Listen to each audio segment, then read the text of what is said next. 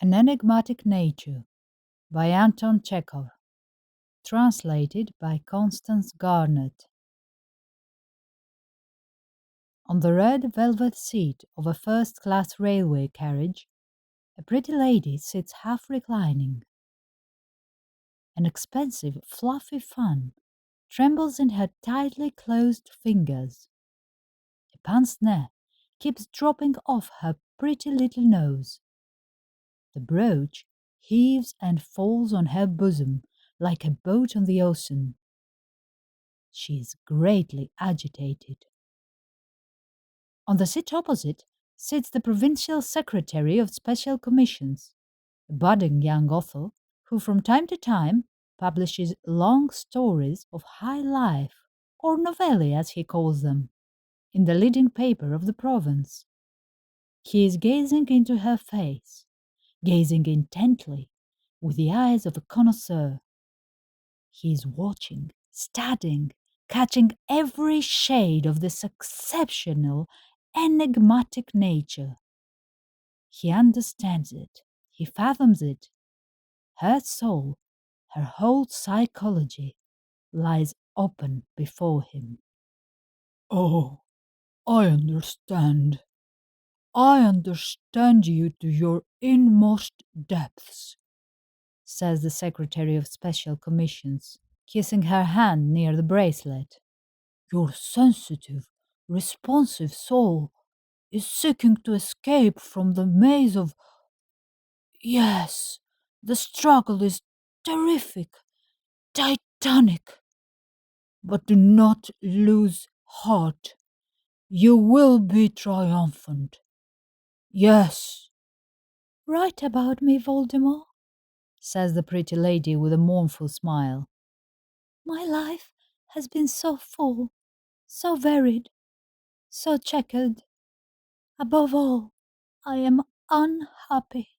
I am a suffering soul in some page of Dostoevsky.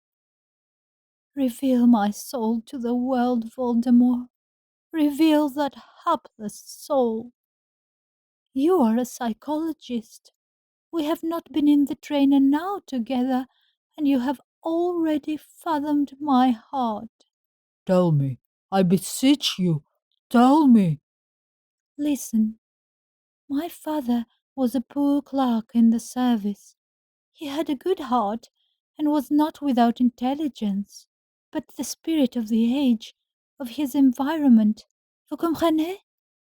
I do not blame my poor father. He drank, gambled, took bribes. My mother, but why say more?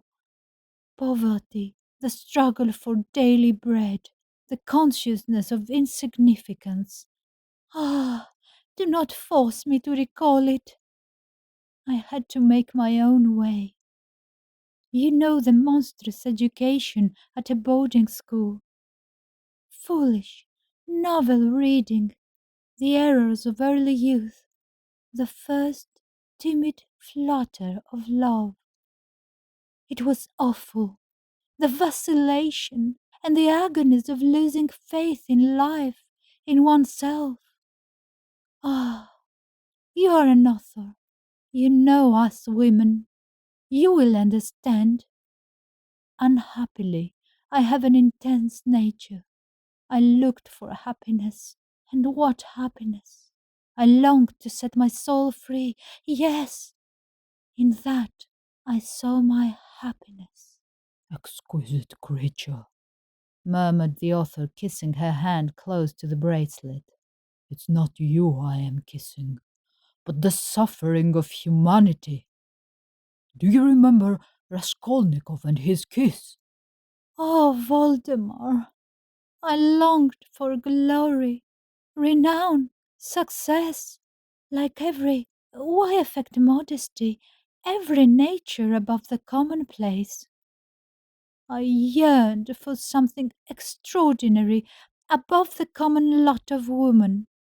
And then, there crossed my path an old general, very well off. Understand me, Voldemar, it was self-sacrifice. Renunciation! You must see that. I could do nothing else. I restored the family fortunes, was able to travel, to do good. Yet how I suffered!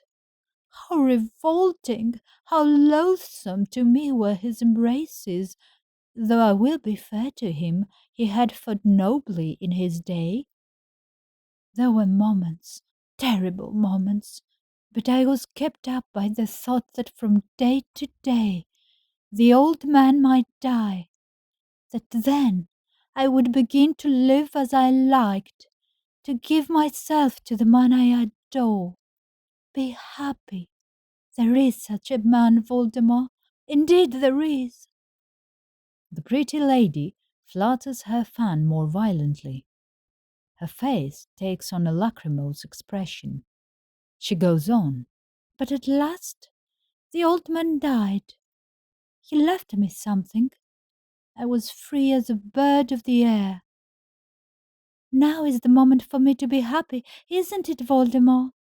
Happiness comes tapping at my window. I had only to let it in, but Voldemort, listen, I implore you. Now is the time for me to give myself to the man I love, to become the partner of his life, to help, to uphold his ideals, to be happy, to find rest. But how ignoble, repulsive, and senseless our life is! How mean it all is, Voldemort! I am wretched, wretched, wretched. Again, there is an obstacle in my path. Again, I feel that my happiness is far, far away. Ah, what anguish! If only you knew what anguish! But what? What stands in your way? I implore you, tell me, what is it? Another old general, very well off. The broken fan conceals the pretty little face. The author props on his fist his thought, heavy brow, and ponders with the air of a master in psychology. The engine is whistling and hissing, while the window curtains flush red with the glow of the setting sun.